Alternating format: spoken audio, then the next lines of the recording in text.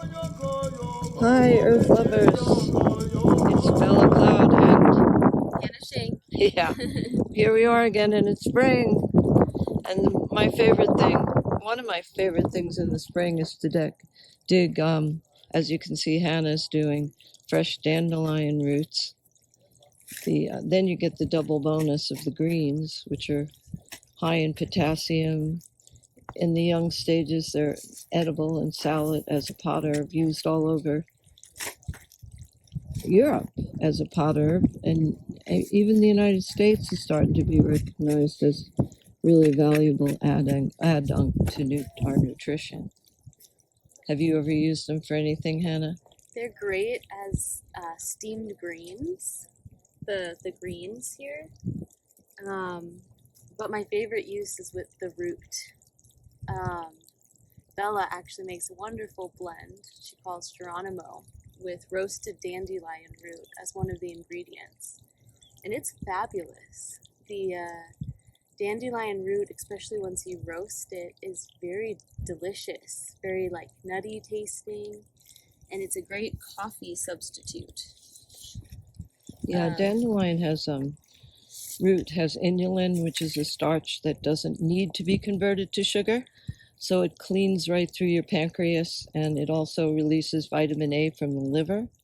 So it's a good liver tonic, and it helps the gallbladder. And it smells wonderful when you toast it, roast it. It has almost a chocolate-like smell to it. Chocolatey is a good. This particular root we're going to use for Hannah and I make this detox vinegar out of spring herbs like dandelion, burdock roots, yellow dock roots, and a lot of culinaries, garlic, turmeric, live, sometimes horseradish, sometimes ginger.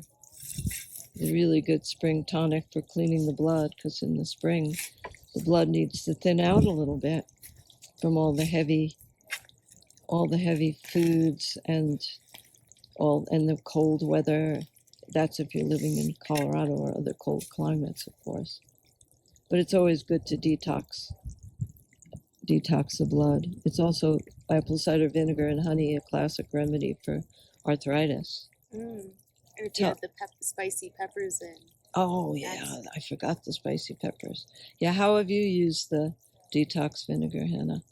You know, it's great for any digestive discomfort, and kind of just, I think, generally keeping your liver happy with that dandelion, burdock. All those roots seem to be really helpful in helping our livers function better.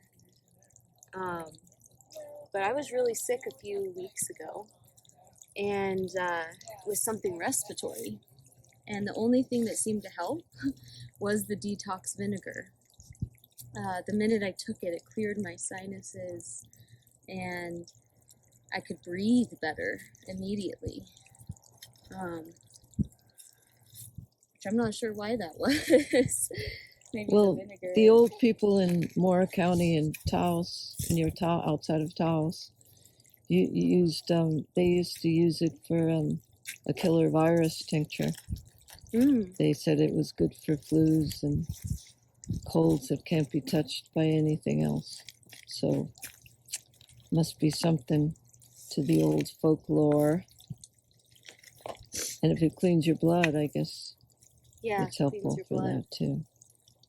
When I dig dandelion, I try to be careful about it, because the roots will break off quite easily. So ideally, I want as much root as I can get. So I really try to loosen up the soil around the plant first. Sometimes you'll chop a root off, but I try to really loosen it up, get a lot of space, and then go to the base of the plant. Hannah's an ace root digger. I love digging. Yeah. But, it's another reason it's a spring tonic, because in the spring the soil is just so lovely, soft, and it's not impacted with use and wear and tear like older roots find in the summer, harder to get out of the ground.